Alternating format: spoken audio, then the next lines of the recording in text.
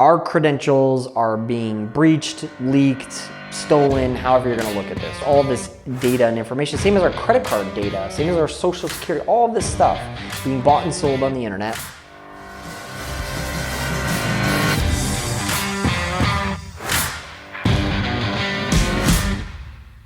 I'm Stephen Taylor, this is WeeklyST, and we're giving you a behind the scenes look at a growing Chicagoland cybersecurity firm juggling everything to keep our clients safe. So we talked a little bit about disruption a few weeks ago, and it's something that I've been putting a lot of thought and time into. Certainly our industry has been disrupted, right?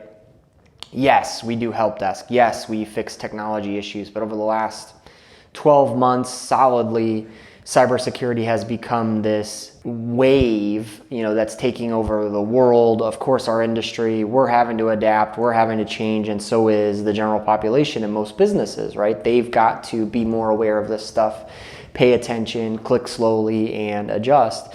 And so whilst our industry is being disrupted, there are literally thousands of MSPs, managed service providers, right? And it's taking a toll on all of us to either step up to the plate and adjust accordingly. Some are sitting back going, well, it's not gonna happen to me. And then some others are saying, well, we're helpless. If it's gonna happen, it's gonna happen, and there's nothing we can do about it. And it's not really true for us as an industry, nor is it for the general public, right? We are not helpless. There are things we can do, and it's kind of challenging for me when I hear people kind of give it the old mantra of, well, not much we can do, and if it's going to happen, it's going to happen. No, we can do things to prevent, and we need to be doing things to adjust and prevent to the cybersecurity landscape. And so conversely, I'm waking up every single day, sometimes in the middle of the night, thinking about how else can we secure our customers, how else can we secure us and prevent these things from happening. And so we're doing a ton in education and awareness and just having those conversations, even if it's just with one local business, to say, hey, here's what we noticed, here's what you're lacking, here's how we would adjust. And sometimes, unfortunately, it's falling on deaf ears, and that's hard, right? Because my fear is that in a week, in a month, in a year, they're going to be the next breach. And we may never hear about it, we may never read about it, but this is happening all day, every day, all over the place. The dark web thing is an important piece, right? Our credentials are being breached, leaked, stolen, however you're going to look at this, right? And from, some of them are public facing where we know about it all. Nonetheless, all of this data and information, same as our credit card data, same as our social security, all of this stuff being bought and sold on the internet, like the eBay of the dark web, right? And it's super important to be aware of this stuff because you can't fix it, you can't erase it, you can't change it, but you can adjust from it, right? If my password is out on the internet, I've got to be diligent about where did I use that password? Where am I maybe reusing that password? Never using that password again, right? Our social is a little bit of a different story, right? You can't exactly change that very easily, but a credit card, or certain pieces of data, again, you can't fix it, you can't erase it, you can't change it, but knowing is half the battle so that then you can adjust. And unfortunately, the average person has 140 online accounts. The vast majority use the same password at every single one of those accounts, and the vast majority of people use totally insecure passwords like password 1, password with a 0 in it, 1, 2, 3, 4, all that kind of stuff. And so it makes it really easy for the bad guys to, well, I've got this one, why don't I try it here, here, here, and here and see what I can get access to. So we all have to be diligent to be mindful about passwords, maybe using a password manager to generate really strong, unique passwords for each site that we use, and then really severely controlling the password manager with two-factor authentication, things like that. But the classic password is dead. It's time for more robust security. And then just in the interim, until we get there with two-factor on everything, being really diligent about the passwords that we have and have used and if they have been breached or leaked. What I've realized is that over the years, we in information technology we've tried to make it easier for the users, right?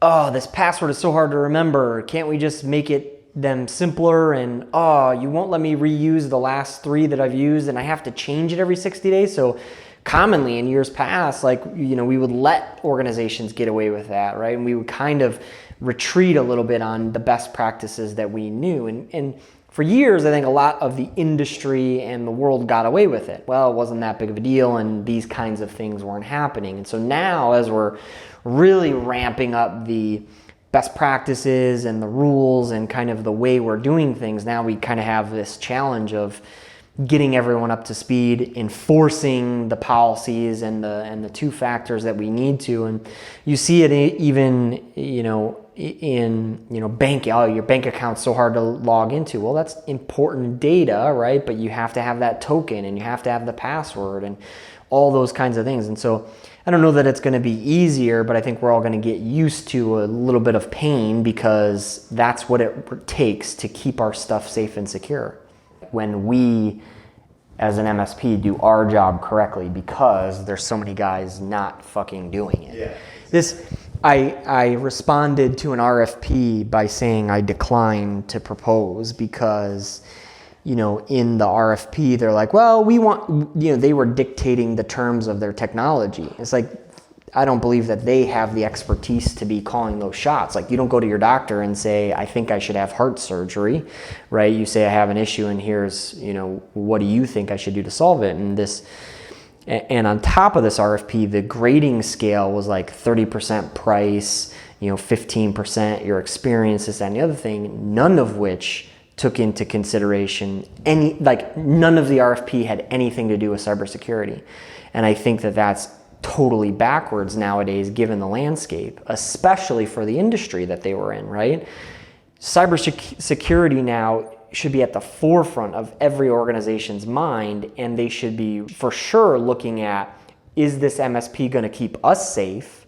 And 2, are they safe themselves, right? Because if we are the locksmith for your business and we've got a truck full of keys that we don't lock up and it happens to have your business's keys in it, that's kind of a challenge. And I think everyone needs to start looking at this a little bit differently. Like, if your current IT provider is not singing, a little bit of fear and uncertainty of the cybersecurity stuff and all the threats that are out there, they're probably not paying attention to it. And that's a problem. The reality is that the more this stuff happens, more businesses will be affected in a negative way, right? Yeah, right now maybe insurance is kicking in and paying for the brunt of that, but that's not sustainable, right? People are losing their jobs. People are going to lose their businesses, right? Communities are going to lose, their support from said people and businesses, and it just will have a serious ripple effect, right? All because there's a bunch of bad guys, in organized crime, really overseas, trying to hold us all hostage and swindle us, more than just the iTunes gift cards and stuff, but for serious amounts of money, right? And it will put people out of business. It will put people out of jobs, and that sucks. I mean, it's already affecting local governments hugely, right? People can't do their community stuff because their local government has been shut down and held for ransom, right? And yeah, we're going to have to spend some money on prevention. Yeah, we're going to have to spend better money on backups and disaster recovery stuff. But that's way better than the offset cost of paying a ransom and then having to redo that work anyway, or actually do that work of upgrading systems and putting these protections in place. And so, it's a very challenging time for us as an industry, but also us as a society. Like, we've got to figure this stuff out, because otherwise bad things are going to continue to happen. Like and share, subscribe so you can check us out again next week. Next week I'm in Nashville, learning and growing, working with our Franklin 5 team to look at what we're all going to be doing for 2020 and kind of future planning, and looking at our rocks, issues, challenges, growth, and opportunities there. Thank you, as always, for your attention to this. I'm Ted Koppel.